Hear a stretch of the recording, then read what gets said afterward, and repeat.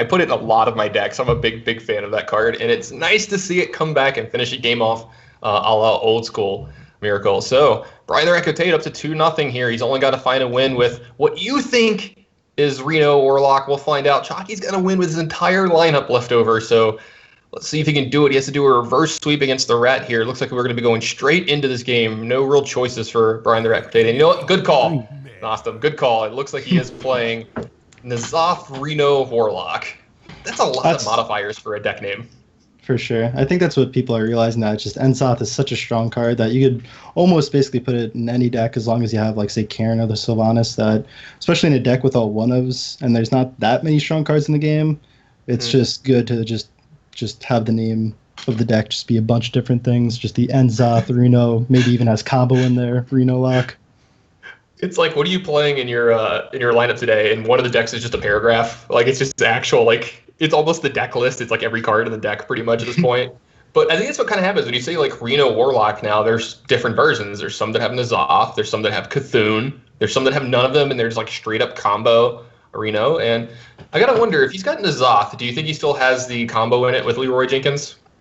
I think some people have been running all of them. I'm not sure, though. It just depends on how much control you expect there to be, because obviously if you think there's going to be more control, you're going to add the combo.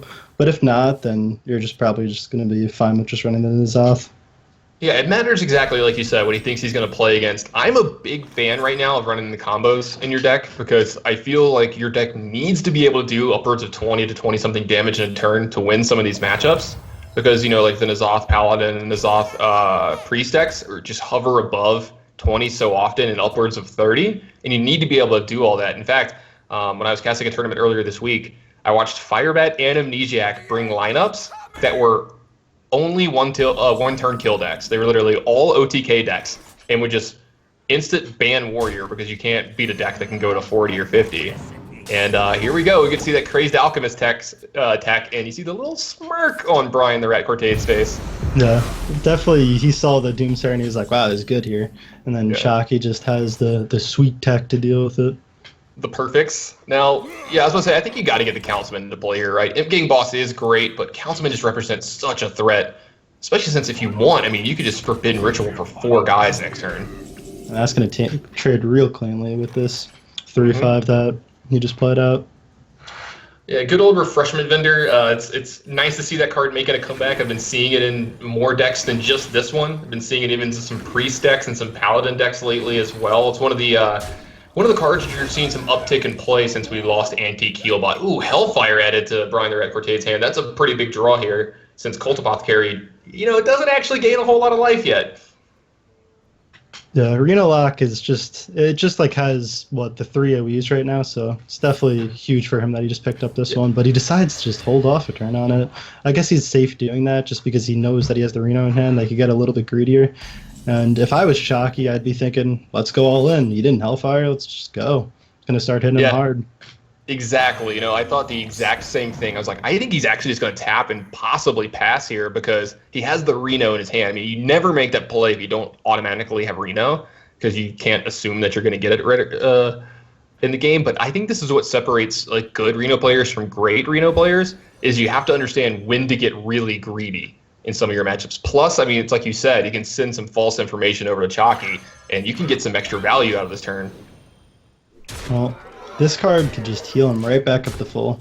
The problem with that is, and the main complaint about the card is, yeah, you heal for a lot, but it doesn't deal with the board. You're just going to take all that damage again. Well, so he's probably just going to go with that Hellfire. Yeah, you could Hellfire. You can even use Mortal Coil if you want. It looks like you might just Sunfear Protector to get a 2-power minion in play here. I gotta be interested in thinking maybe you'd want to hold on to this for another turn and Mortal Coil here, but looks like Brian the Rat Cortade just wants to get on board here. Can't blame him. Soulfire added to Chakki's hand. If there was no Reno, he'd have a little bit of burst potential extra here, but you gotta believe the Rat's gonna be getting back to his starting life total pretty dang soon here. Another thing to note is that the Rat's hand is just super clunky. Of course he has the Reno, which is going to buy him a lot of time, but Alex is doing nothing, N'Zoth, we haven't seen a Death Rattle come out yet, and he picks up the Faceless, which, you know, you see his hand and his hair just dreading just his top decks every turn. Yeah, is this a turn that you have to Reno, or are you worried about if you play Cult Apothecary here, you go up to 22? Is there a way that you take 22 next turn?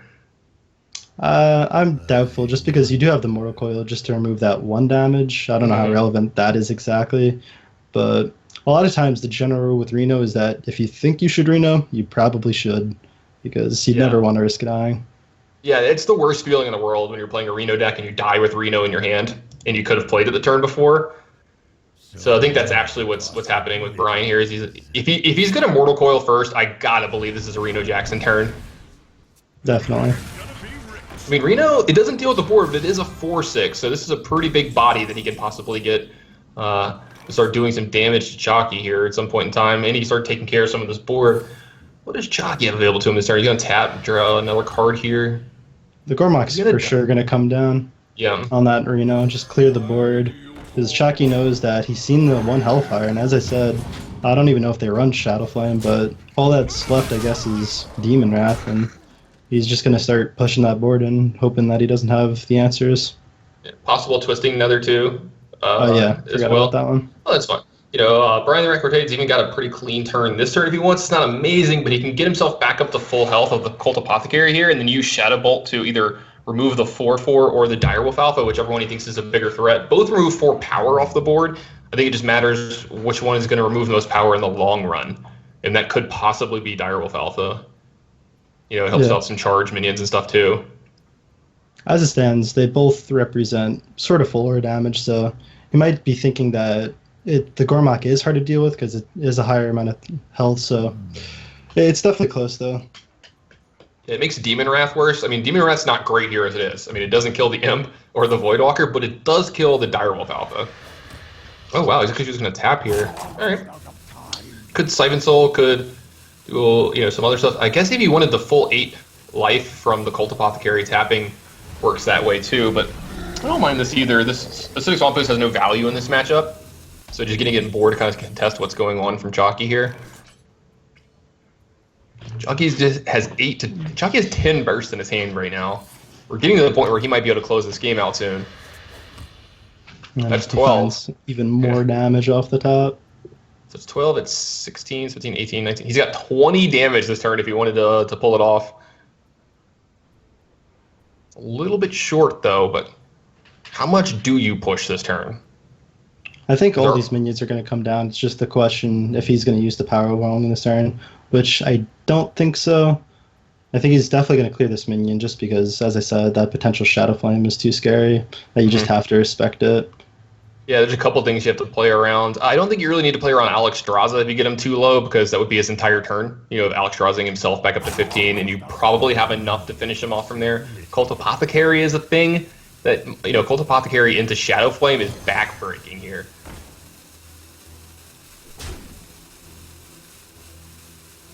So as I said, just like that card is going to heal you for a lot, but it's not really going to accomplish what he wants it to. It's going to just buy him, say 1 or 2 more draws. It's not going to really deal with the board how it is, because all the damage that he heals up, it's just going to get pushed right back in. Mm-hmm. It does buy him another draw, though. Maybe finding something like Shadow Flame, like you were talking about. But I see what you're saying here. It's a temporary problem to a permanent. It's a temporary solution to a permanent problem that's going on right here in the game, and Chakki forcing Brian the Rat Cortade into a rough spot here. Do you see a play other than Cult Apothecary that he can make here? I mean, tap into hopefully something. No, He's I gonna think he realized that this is the turn that he can't wait. It's just got to come down. Yeah, and this is still going to be lethal, right? 6, 79, 10, 11, 12, 13 plus. Oh, he's actually a little bit short unless he finds the perfect card with Dark Peddler here. Find another power overwhelming. Does Abusive Sergeant get it done too?